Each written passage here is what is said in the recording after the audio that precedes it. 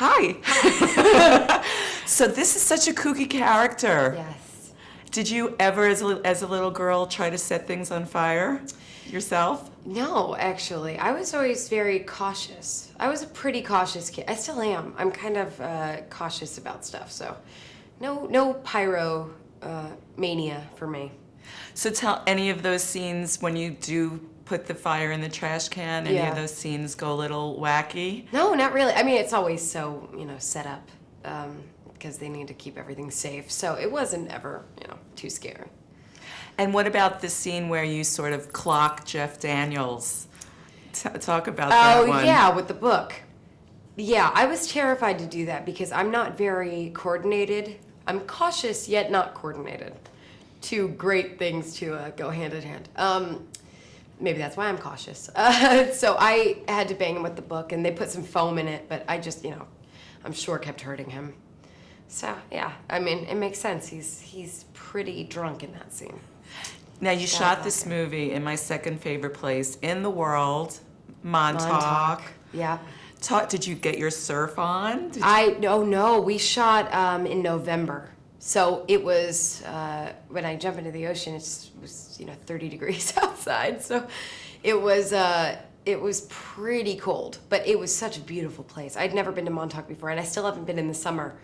But it was very lonely and isolating, and that's the whole tone of the movie. So it was kind of perfect. So you have to go back and learn how to surf. Yeah, that would be wonderful. Do you have any desire to surf? Again, coordination and caution, it's just an issue. I mean, surfing, I would knock myself out in 2 seconds. Guaranteed. Yeah. What about Jeff's character, of course, has the imaginary superhero friend. Yeah. Did you have that sort of thing as a little girl, imaginary friends? I didn't have any imaginary friends, no. I was pretty, I was very hammy and theatrical. So I was always kind of outgoing and playing characters, but I never really created one outside myself. So I was my own imaginary friend, kind of, in many ways. You were cloning yourself. Exactly. And Hunter Parrish is your love interest, and too cute. Are you a Weeds fan? I've seen a couple episodes of Weeds, but not enough to, call myself a Weeds head. What would you call it, a pothead? I like Weeds head. You like that, weed head? A Weeds head? Yeah, all right, that makes sense, right? The pot, oh, good. So what was it like working with him? He's so great. Hunter's like the sweetest guy in the world. He's a sweetheart, yeah. Now I want to ask you, there was a thing on Wikipedia, which is fun, that it said that you put together a PowerPoint presentation. Yes. Can you tell me that story? Yeah, God, it's so funny. I put together a PowerPoint when I was 14 to move to LA. That was all. It had worked out well for me because a couple of years before I tried to convince my parents to homeschool me, and I did like the really old school boards. And so a couple years later, when PowerPoint came around, I just made a PowerPoint. Yeah, it's easy. It's easy to do. You just drag clip art and music. What was the gist of it? Just please let me move to LA to be an actress. Yeah, that was it. And you had a special song?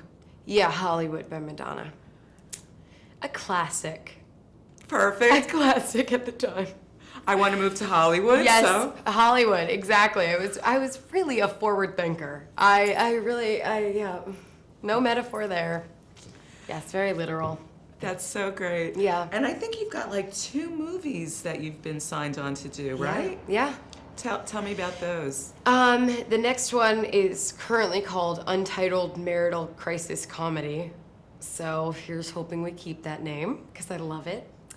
And that's with Steve Carell and Ryan Gosling. And what's your role in that? I play Ryan Gosling's love interest. So not a bad day at the office. And then I'm doing a movie called The Help.